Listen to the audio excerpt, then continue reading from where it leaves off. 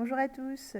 Cette fois-ci, donc on va corriger les 7, 8, 9 pour continuer sur les probabilités, la partie événement, puisque vous avez dû remarquer que pour l'instant, on n'a pas encore vraiment parlé de probabilité, mais on est en train de poser, de jalonner toute la base pour après justement pouvoir le faire assez rapidement, dès la prochaine fois, à vrai dire.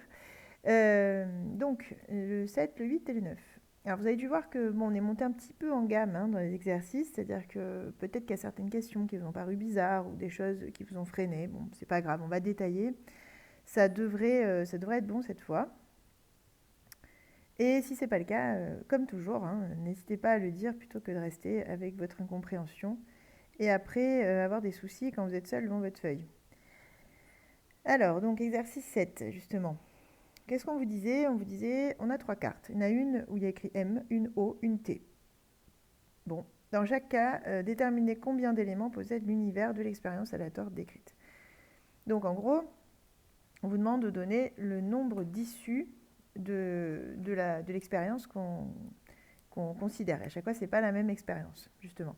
Alors, on vous dit qu'on pourra s'aider d'arbres quand c'est nécessaire, en tout cas. Alors, première question, ce n'est pas très compliqué. La situation qu'on considère, c'est que parmi les 3 cartes, on tire une carte. Donc, quelles issues j'ai? Eh bien, la carte M, la carte O ou la carte T. Donc, j'en ai 3. Donc là, cette fois-ci, je n'ai pas besoin d'un arbre, je pense là. J'ai donc le choix entre... oui, c'est ça, le choix, entre guillemets, parce que c'est aléatoire, mais je vais piocher entre M, O et T. Donc, ici, j'ai 3 issues, c'est-à-dire, comment ils disent, le nombre d'éléments. Alors, on avait dit que le nombre d'éléments, on l'appelait cardinal. Il vaut 3. Sinon, vous écrivez nombre d'éléments égale 3. Parce que j'ai 3 issues. Ça se complique un petit peu à la suivante, bien entendu, puisque là, on tire au hasard successivement, c'est-à-dire l'une après l'autre, et sans remise de cartes.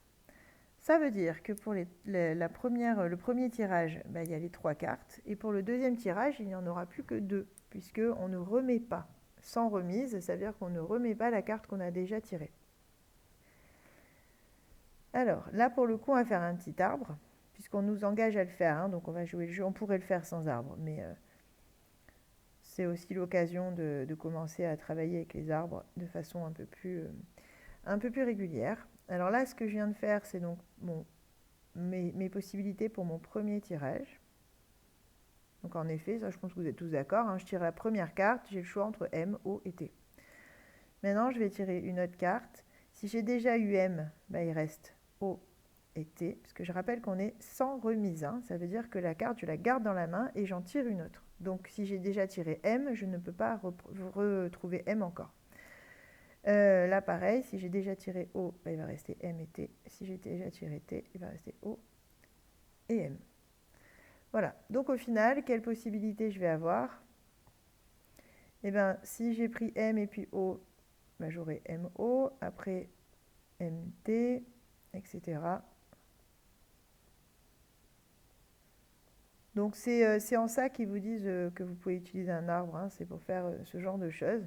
Et après, du coup, vous avez pu dire que vous avez plus qu'à dire, pardon, que oméga c'est MO, MT, OM. Et on est d'accord que vous auriez pu le trouver sans l'arbre. C'est-à-dire qu'il y en a parmi vous, je pense, qui avaient certainement pensé à ça, sans forcément avoir besoin d'un arbre. Mais bon, disons que l'arbre peut vous permettre d'organiser votre pensée et de ne pas vous tromper, même quand ce sera peut-être un peu plus complexe que ça. Donc là, cette fois-ci, pour répondre à la question, puisque je rappelle qu'on nous demandait le nombre, c'est donc 6. Ah oui, d'ailleurs, je n'ai pas écrit en bleu, là, ça c'était le deuxième tirage. Juste une remarque, parce que, bon, c'est bien beau d'utiliser les arbres parce que c'est au programme et que, bon, on a envie que vous commenciez à prendre l'habitude. Mais moi, j'aimerais bien aussi que vous gardiez votre intuition et que vous l'utilisiez quand elle est utilisable. Et là, justement, vous pouviez vous dire, sans faire d'arbre, pour la première carte, j'ai 3 choix,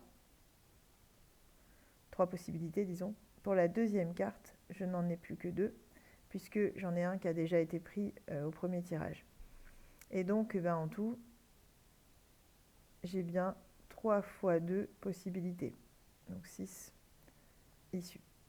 Voilà. Ça peut aussi enfin, on peut le comprendre sans forcément écrire la liste. Parce que bon, imaginez que des cartes, au lieu d'en avoir 3, j'en avais, je sais pas moi, 80, on se serait peut-être pas amusé à tout écrire.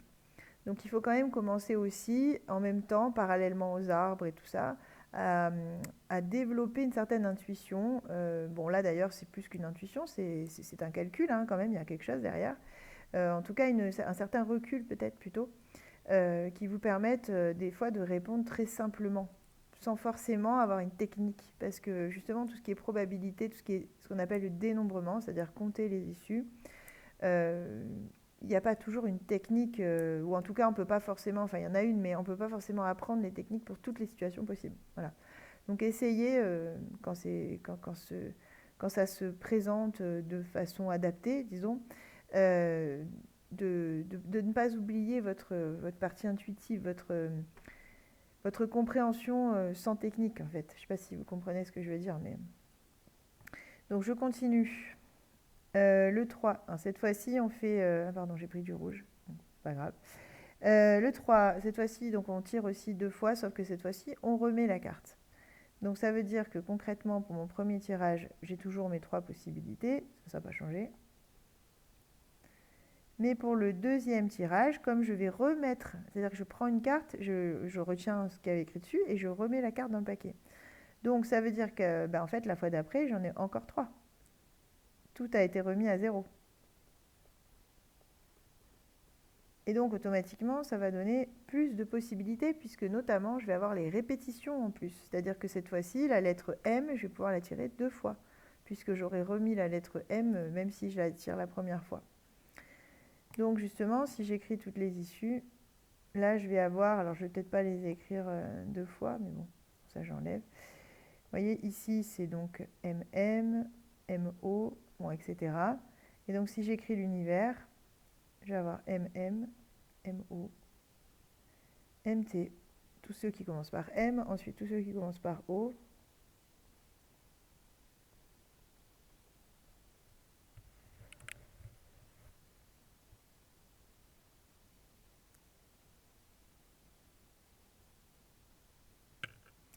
Je me suis arrêtée là parce que en fait, je me demandais si dans l'énoncé, ils avaient précisé. Moi, je suis partie du principe que l'ordre était important. Vous voyez, MO et OM, je considère que ce n'est pas le même tirage. Ils n'ont pas précisé, donc je pense qu'il vaut mieux rester sur ça. Parce que bon, ouais, je sais pas. En fait, là, ils n'ont pas précisé. Parce qu'on pourrait aussi considérer que MO et OM, c'est la même chose, parce qu'après, dans la main, on a ces deux-là. Bon, on va partir du principe qu'on considère l'ordre, c'est-à-dire qu'on garde les cartes dans l'ordre où on les a tirées. Hein, donc ça correspondrait bien à ce que j'ai fait là. Si jamais ce n'était pas le cas, il faudrait juste enlever les doublons. Donc MO, j'enlèverais OM, pour OT, j'enlèverais TO, etc. C'est-à-dire qu'il faudrait ne compter qu'un sur les deux à chaque fois. Ça ne change pas le principe au fond. Hein. Mais comme ils n'ont pas précisé, on va garder le cas le plus, celui où il y a le plus d'issues. Donc c'est celui que je suis en train de faire. Alors, donc, ceux qui commencent par O, c'est bon. Et après, ceux qui commencent par T.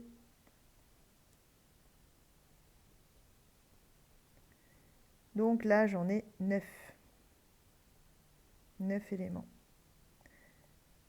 Et juste là aussi, pour le principe, hein, sans arbre, sans toute cette technique, on pouvait aussi trouver, puisque premier tirage, 3 choix.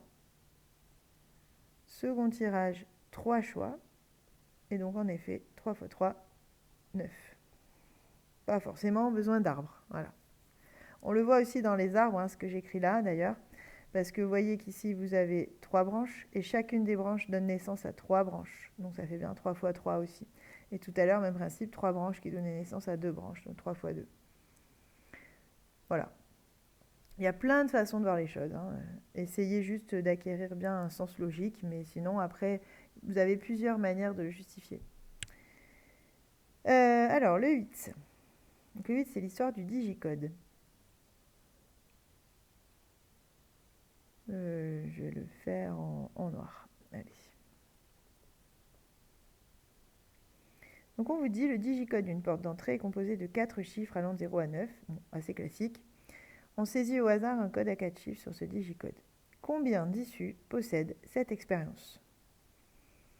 Donc là, justement, c'est intéressant parce que là, vous ne pourrez pas faire un arbre complet. Il va falloir raisonner. De la même manière que tout à l'heure. Alors, 4 chiffres. Donc clairement, je vais avoir un code à 4 chiffres. Pour chacun des chiffres, j'ai combien de possibilités? Je peux aller de 0 à 9. Donc 0, 1, 2, 3, 4, 5, 6, 7, 8, 9. Il y en a 10. J'ai 10 chiffres possibles pour... donc je vais les appeler des choix encore. C'est-à-dire que si je fais mon arbre, je vais avoir 10 branches. Et chacune des branches, pour le deuxième chiffre, va redonner naissance à 10 branches. Parce qu'on peut avoir des répétitions. Là, on ne nous a pas du tout interdit les répétitions. Donc ça veut dire que même si j'ai déjà utilisé un chiffre, il peut revenir juste après. Donc j'en ai autant. J'ai encore 10 choix. Et puis encore 10 choix. Donc vous imaginez bien que je ne peux pas faire l'arbre. Hein. Et encore 10 choix. Donc au final, rappelez-vous ce que ça donne en termes d'arbre. Ça veut dire que j'ai 10 branches. Chacune donne naissance à 10 branches, puis encore à 10, puis encore à 10. Donc à chaque fois, en gros, ça se multiplie par 10. Ce qui revient à dire que donc j'ai 10 fois 10 fois 10 fois 10, c'est-à-dire 10 puissance 4 issues possibles. C'est-à-dire 10 puissance 4, c'est 10 000. Donc il y a 10 000 codes possibles. On pouvait aussi le voir autrement. On pouvait se demander combien il y a de nombres qu'on peut écrire à 4 chiffres. Et en fait, ça commence à 0, 0, 0 jusqu'à 9999. Pardon. Et donc, on pourrait croire qu'il y en a 9999, mais en fait, de 0001 à 9999, il y en a 9999. Mais si je rajoute le 0000, il y en a 10 000. C'est bien ce que j'ai trouvé avec ma multiplication. Je ne sais pas si vous me suivez. Hein. Quand je prends les nombres de 0 à 9, les chiffres de 0 à 9, j'ai 10 chiffres. Je vous laisse compter sur vos doigts, vous verrez. Parce qu'en fait, de 1 à 9, il y en a 9. Et quand je rajoute 0, ça en fait 10. Et donc, de 0, 0, 0, 0 à 999, c'est le même principe. Voilà. Il y a toujours le tout premier, le 0, 0, 0, 0, qu'il faut rajouter. Donc, j'en ai bien 10 000. Donc, on pouvait aussi le voir comme ça. Hein. Vous pouviez l'expliquer comme ça. Moi, là, je vous ai donné une technique, entre guillemets, même si j'ai dit que bon, les techniques, elles ne marchent pas tout le temps. Mais en tout cas, celle-là, surtout ces types d'exercices-là, elles fonctionnent. Donc, tant qu'à faire. Parce qu'on ne pourra pas toujours utiliser l'idée de je compte combien il y a de nombres de 0 à 9999. Hein. Là, l'avantage, c'est que ça fonctionne bien. Donc, bon, en tout cas, pour cet exercice, vous le rédigez comme vous voulez, une des deux manières, peu importe. Donc, j'en ai 10 000. J'ai donc 10 000 nombres possibles, qui a quand même de grandes chances de se tromper quand on fait au hasard, hein, évidemment. Alors, question 2, on vous met des événements cette fois. Alors, A, c'est le code saisie commence par 5, et B, le code saisie ne commence pas par 0. Non, ne contient pas de 0, pardon. Et on vous demande, alors attention, on ne vous les demande pas toutes, et surtout, ne vous mettez pas à toutes les écrire parce que il y en a, ça va être impossible, hein, parce qu'en tout, il y a 10 000 issues. Hein, donc, il y a peut-être des événements où il y aura 5 000 issues. Bon, vous n'allez pas vous amuser à écrire ça. En revanche, on vous demande 2 issues, c'est-à-dire 2 codes, en fait, qui pourraient correspondre à chacun des événements qu'on vous a écrits. Alors, donc A, c'est le code saisi commence par 5. Donc là, il faut donner 2 exemples. C'est pas bien compliqué, je pense. Qu'est-ce qu'on peut prendre par exemple, on va l'écrire comme ça. 5000, voilà, celui-là il fonctionne, et puis je ne sais pas moi, 5891, voilà. Ce que vous voulez en fait, hein, du moment où ça commence par un 5. Très bien. Ensuite, l'événement B, c'est ne contient pas de 0. Alors je peux reprendre 5891, elle ne contient pas de 0. Et je peux prendre 1, 2, 3, 4. Voilà, ça ne contient pas de 0. Très bien. Vous avez bien compris qu'on n'aura pas tous les mêmes, hein, bien sûr. C'est évident. Hein. A bar, alors du coup, je vais faire quand ce ne sont pas que A et B, quand c'est autre chose, je vais faire les phrases qui correspondent. Donc A bar, c'est le contraire de A, donc c'est le code ne commence pas par 5.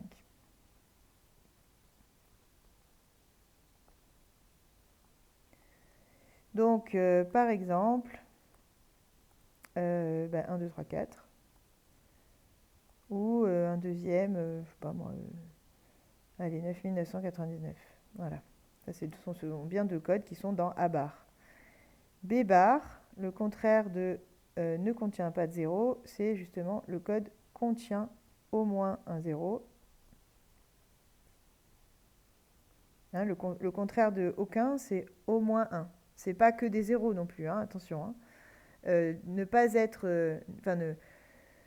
ne pas être dans B, ça veut dire que on ne vérifie pas le fait de ne pas contenir de 0.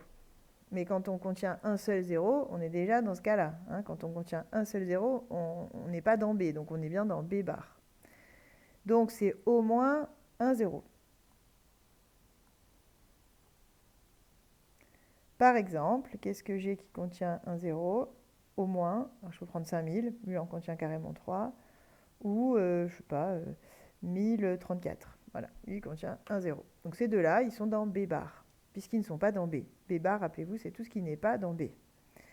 Et B, c'était ne pas contenir de 0. Donc en effet, ceux-là, ils sont bien dans B bar. Ok, après le E, c'était A inter B. Alors A inter B, vous vous souvenez, on l'a travaillé hein, sur la dernière vidéo justement. Ça veut dire qu'il faut que les deux conditions à la fois soient vérifiées, de A et de B. Donc ça veut dire que le code, il commence par 5 et il ne contient pas de 0. Et rappelez-vous, ça correspond à inter 1. Et ne contient pas de 0.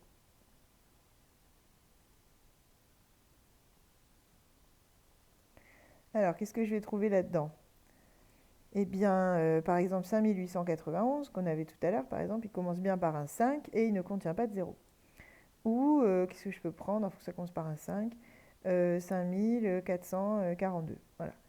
Il commence par un 5 et il ne contient pas de 0.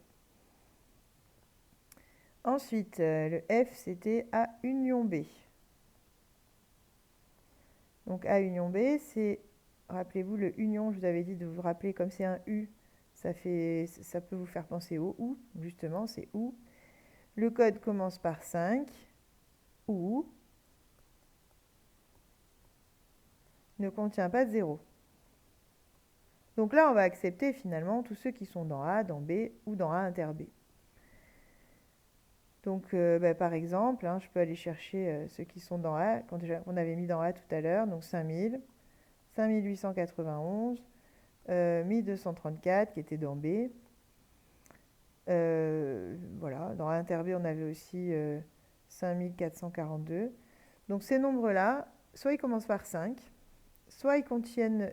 Ah pardon, 5000, qu'est-ce que j'ai dit là ? Oui, c'est bon, celui commence par 5. Voilà, soit ils commencent par 5, soit ils ne contiennent pas de 0. Soit ils ont les deux. Voilà, par exemple, ces deux-là, ils ont les deux. Ils sont dans l'intersection, justement. Et ce qui est dans l'intersection, c'est aussi dans la réunion. La réunion, ça englobe vraiment tout ce qui est au moins ou dans A ou dans B. Et donc, forcément, aussi ce qui est dans les deux. Voilà, donc là, ce sont des exemples. Et 5000 fait bien partie de ça, puisque il commence par 5. Et ça suffit. Il suffit de vérifier une des deux conditions. Donc A union B, c'est fait. Après, j'ai A inter B bar. Alors, là, c'est ne pas être dans l'intersection de A et B. C'est-à-dire que on ne doit pas vérifier à la fois commencer par 5 et ne pas contenir de 0. Voilà. Alors, des fois, ça a un peu de mal avec ça. Parce que, enfin, quoique, bon, là encore, c'est avec des exemples, donc ça va. C'est-à-dire qu'il faudrait trouver des nombres qui ne sont pas dans A inter B, tout simplement. Donc, c'est pas, ça reste faisable. Mais rien que pour faire la phrase, c'est pas évident. Donc là, je vais vous montrer du coup une manière de se sortir de ça, un peu plus facilement, disons ça. C'est que, en fait, alors ça, je ne l'ai pas écrit dans le cours parce qu'on est un peu à la limite du programme, mais ça peut vous aider, donc tant qu'à faire, je ne vois pas l'intérêt de ne pas vous le montrer. A inter B bar, en fait, vous avez le droit de dire que, en fait, ça revient à mettre la barre à tout le monde. C'est un peu vulgarisé ce que je dis, parce que ça, là, cette notation, en réalité, n'existe pas. Mais c'est pour qu'on se comprenne. Et en fait, on va considérer que interbar, justement, c'est union, même s'ils ne sont pas vraiment contraires l'un de l'autre. Mais disons, dans les notations, on va le voir comme ça vous arriverez facilement à basculer. Et en fait, vous pouvez écrire directement de là à là. Donc en fait, A inter B, le tout bar, c'est pareil que A bar union B bar. C'est-à-dire que quand je m'intéresse à ce qui n'est pas, à ce qui n'est, à ce qui n'est pas dans A et B, ben, en fait, ça revient au même que de prendre ce qui n'est pas dans A ou bien ce qui n'est pas dans B. Voilà.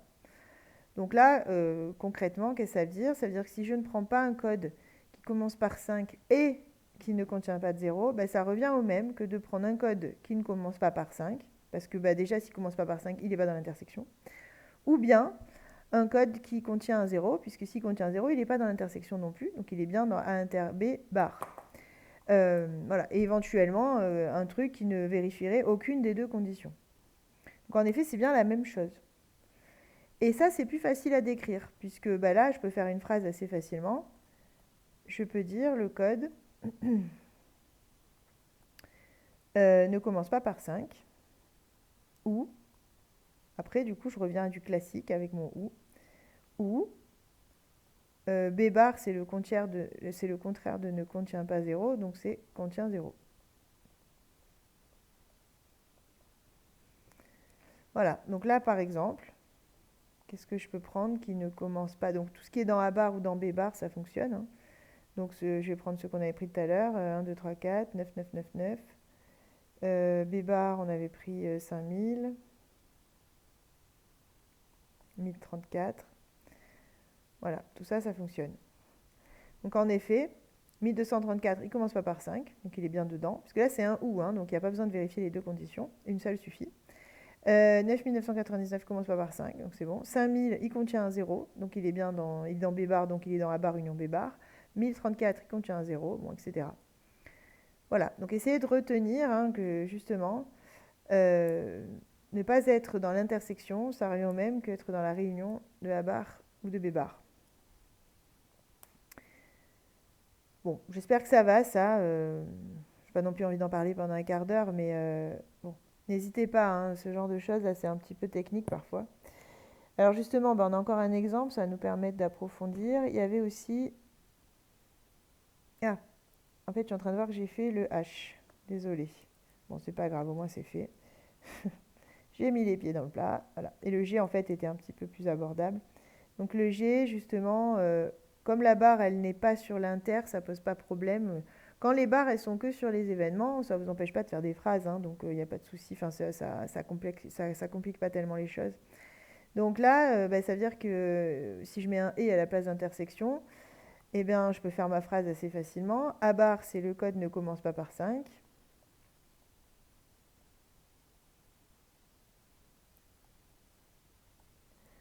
L'intersection, je mets « et ». Et B bar, c'est contient 0, puisque B, c'est ne contient pas. Voilà. Donc là, pour le coup, il faut que j'en trouve un qui est à la fois dans A bar et dans B bar. Et ça, j'en ai pas pour l'instant. Parce que regardez ce qu'on avait pris dans A bar et dans B bar, on n'avait pas pris de nombres communs. Mais bon, ils existent. Donc, on y va. Alors, ne commence pas par 5. Alors, par exemple, commence par 3 et contient au moins un 0. Donc, allez, 3012, par exemple. Ou je peux commencer par 7. Et puis après, voilà, 7100. Ça aussi. Ça commence pas par 5 et ça contient un 0. Voilà. Donc je pense que jusqu'au G, ça va. Le H, il est peut-être un peu plus technique pour certains. Bon, à refaire, à réécouter tranquillement. J'espère que ça va aller pour les explications. Alors après, donc on avait le 9, un petit peu dans la même idée d'ailleurs. Mais la question était, c'était quand même différent en fait. Le contexte est quand même différent, même si au final on utilise les mêmes outils, les mêmes notations. Alors numéro 9. On va le faire là. Donc on considère le diagramme suivant. Donc là, vous n'avez pas de contexte particulier. On vous donne des nombres d'événements. OK. A et B, donc, ils sont écrits en orange et en vert, enfin qui sont dessinés. Et chaque nombre indique le nombre d'issues dans la zone. Voilà. Donc ça veut dire que... alors attendez, qu'on ne se trompe pas. Donc 20, il y en a 20 dans... alors, il faut bien comprendre, hein. D'après ce que, enfin si on est logique, hein, il y en a 20 donc dans le bleu, mais le bleu extérieur, c'est-à-dire 20 qui ne sont ni dans A ni dans B. Après, il y en a, si je comprends bien, 24 qui sont dans A, mais qui ne sont pas dans B. Donc, en fait, là-dedans, j'en ai 24. Là-dedans, j'en ai 30. Et 15, c'est justement ceux qui sont dans A et dans B. Voilà, si je comprends bien, on a ça. Il faut déjà bien comprendre le schéma, c'est pas si simple. Alors, donc, on continue. On nous demande combien d'issues l'univers oméga possède-t-il en tout. Bon, là justement, si j'ai bien compris le diagramme, je pense que oui, il suffit d'additionner finalement tous les nombres, puisque 20, c'est ceux qui ne sont ni dans le vert ni dans le rouge, 24, c'est ce qui est que dans le rouge, 30, c'est ce qui est que dans le vert, et 15, c'est ce qui est à la fois dans les deux. Donc il n'y a pas de chevauchement en fait. Il suffit du coup d'additionner tout ce qu'on a, sauf si j'ai mal compris le schéma, mais je ne pense pas. Sinon, il vous l'aurait précisé s'il y avait des trucs bizarres. Là, normalement, c'est bon. Donc 20 et 30, 50. 50 et 39, donc 89. On a donc 80 éléments, enfin issus, là ils disent. Bon, éléments ou issus, vous avez bien compris que en fait, ça va revenir au même, puisque des événements sont des ensembles, et dans des ensembles, on trouve des éléments. Là, il s'avère qu'on les appelle issus parce que dans un contexte d'expérience aléatoire. Mais voilà, si vous dites élément, on ne vous en veut pas. Donc 89 issus dans oméga. En tout, donc, au total. Parce qu'oméga, je rappelle que c'est l'univers global. Après, on vous demande combien il y a d'issues dans chacun des éléments suivants. Alors, donc je vais utiliser la notation là, de tout à l'heure. Card, rappelez-vous que cardinal, c'est nombre d'issues. Vous pouvez l'utiliser vous aussi. En fait, c'est plus rapide du coup à écrire. C'est pour ça que c'est nombre d'éléments, nombre d'issues. Donc, cardinal de A, c'est-à-dire le nombre d'éléments dans A, d'après l'énoncé 24. C'est ce qu'on voit dans justement la partie rouge. Les nombres d'éléments de B, d'après l'énoncé là aussi 30. C'est ce qu'on voit en vert. Nombre d'éléments de A bar. Alors, là, tout ce qui n'est pas dans A. Mais comme en tout, il y en a 89, j'ai qu'à faire 89 moins 24. Moins ce qui est dans A, en fait. Alors, je vais vous l'écrire carte de A. Puisque A bar, je rappelle, c'est tout ce qui n'est pas dans A. Et donc, 89 moins 24, ça fait 65. Donc, j'ai 65 éléments qui ne sont pas dans A. Ensuite, le D, c'est cardinal de B bar. Même principe. Je prends tout le monde, donc oméga, moins, et j'enlève le cardinal de B. Donc tout le monde, c'est 89, et B, il y avait 30, donc j'ai 69 éléments. Pardon, excusez-moi.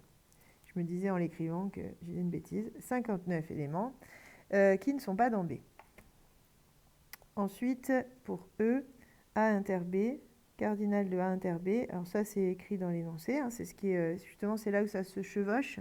Les éléments qui sont à la fois dans A et dans B, dans les deux patates, c'est le 15. Donc il y en a 15. Ensuite, cardinal de A union B. Alors, A union B, on a dit, c'est tout ce qui est dans A. Ah mais attendez, je vous dis une bêtise là, depuis tout à l'heure. Oh là là. Excusez-moi. Alors, oui, pardon. J'ai dit n'importe quoi. Alors, on reprend. Vous voyez, c'est comme en classe, ça m'arrive de faire des bêtises et d'effacer. Donc, je suis désolée, il y en a qui doivent se poser des questions depuis le début, de se dire, mais que je comprends rien, qu'est-ce qu'a dit la prof? Oui, c'est la prof qui comprend rien, en fait. Alors, on reprend. Excusez-moi. Donc, oui, le cardinal de A, j'en ai oublié dans l'histoire, puisqu'en effet, il y a ce qui est en rouge, mais le 15 qui est là, qui chevauche, en fait, ces 15 éléments, ils sont dans A et dans B, mais ils sont aussi dans A. Donc, en fait, il faut que je les compte. Donc, excusez-moi, vraiment. 24 plus 15, du coup, j'en ai 39, et ça va tout changer. Et dans B, même principe, il faut que je rajoute ces 15-là qui sont quand même aussi dans B. J'ai été induite en erreur parce que d'habitude, et c'est d'ailleurs ce qui m'a paru bizarre dès le début dans l'exercice, d'habitude on donne justement le total de A, le total de B, et on déduit ce qui est commun, en fait. Là, il donne ce qui est commun et après ce qui n'est pas commun. Alors c'est un peu... voilà, je me suis mélangée, du coup, désolée. Donc, de fait, si je modifie mes calculs, 89 moins 39, du coup, donc ça fait 50. Voilà. Donc ça, c'est bon. Et après, pareil, ici, il faut que je modifie le cardinal de B, donc 45. Et donc, au final, qui ne sont pas dans B, j'en ai juste 44. Voilà, et du coup, là, c'est cohérent, hein, parce que 20 plus 24, c'est ce qui n'est pas dans B, donc en effet, c'est 44. Ok, bon, désolé. C'est en faisant cardinal de A union B que je m'en rends compte, parce que du coup, ça n'avait plus de sens. Alors, donc, cardinal de A union B, bon, pour l'instant, je ne vais pas l'écrire sous la forme d'une formule, parce qu'en fait, vous verrez qu'on va avoir une formule pour ça. Là, on va le faire à la main, en fait, hein, bêtement, enfin, entre guillemets. Qu'est-ce qu'il y a dans A union B? Il y a ce qui est dans A, ce qui est dans B, et éventuellement, bon, il y a l'intersection aussi. Donc finalement, tout ce qui est au moins dans A ou dans B, on le prend. Donc il y a les 24 qui sont dans A, mais pas dans l'intersection. Il y a l'intersection qu'on prend aussi, qu'une fois, attention. Et il y a le 30. Je dis bien qu'une fois parce qu'on aurait peut-être tendance à dire bah, je fais cardinal de A plus cardinal de B, c'est-à-dire 39 plus 45. Et ça ne marche pas parce que les 15 qui sont dans l'intersection vont être comptés 2 fois si vous faites ça. C'est pour ça que là, je suis repartie à la base. Je prends le 24 qui est le nombre d'éléments qui sont que dans A. Je prends les 30 qui sont le nombre d'éléments qui sont que dans B. Et je rajoute les 15 qui sont des éléments à cheval en fait sur les deux. Et que je ne peux pas compter 2 fois. Parce que sinon ça va me fausser justement les effectifs. Dans A union B, ceux-là n'apparaissent, comme tous les éléments d'ailleurs, n'apparaissent qu'une fois. Hein. Donc du coup, ça va me faire quoi ça 54, 69. Voilà, j'ai 69 éléments, donc A union B. Là aussi, c'est logique. Hein, vous voyez, il y en a que 20. En fait, j'aurais pu le faire comme ça, d'ailleurs. J'aurais pu faire 89 moins 20, puisqu'il n'y en a que 20 qui sont ni dans A ni dans B, qui sont à l'extérieur dans le bleu.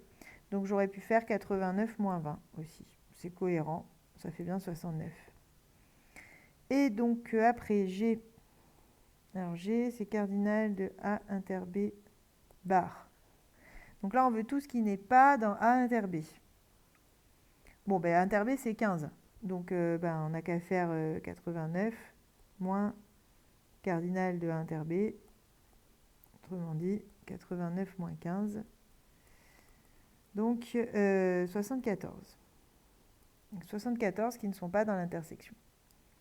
Là aussi, ça peut se vérifier. Hein. Vous faites 24 plus 20 plus 30. Hein, ça fait bien 74. Et enfin, le H. Tout ce qui n'est pas dans la réunion. Alors là, on l'a directement, c'est le 20 en fait. Hein. Parce que la réunion des deux, c'est ce qui est dans les patates, c'est ce qui est dans les A et les B, enfin dans le A et le B.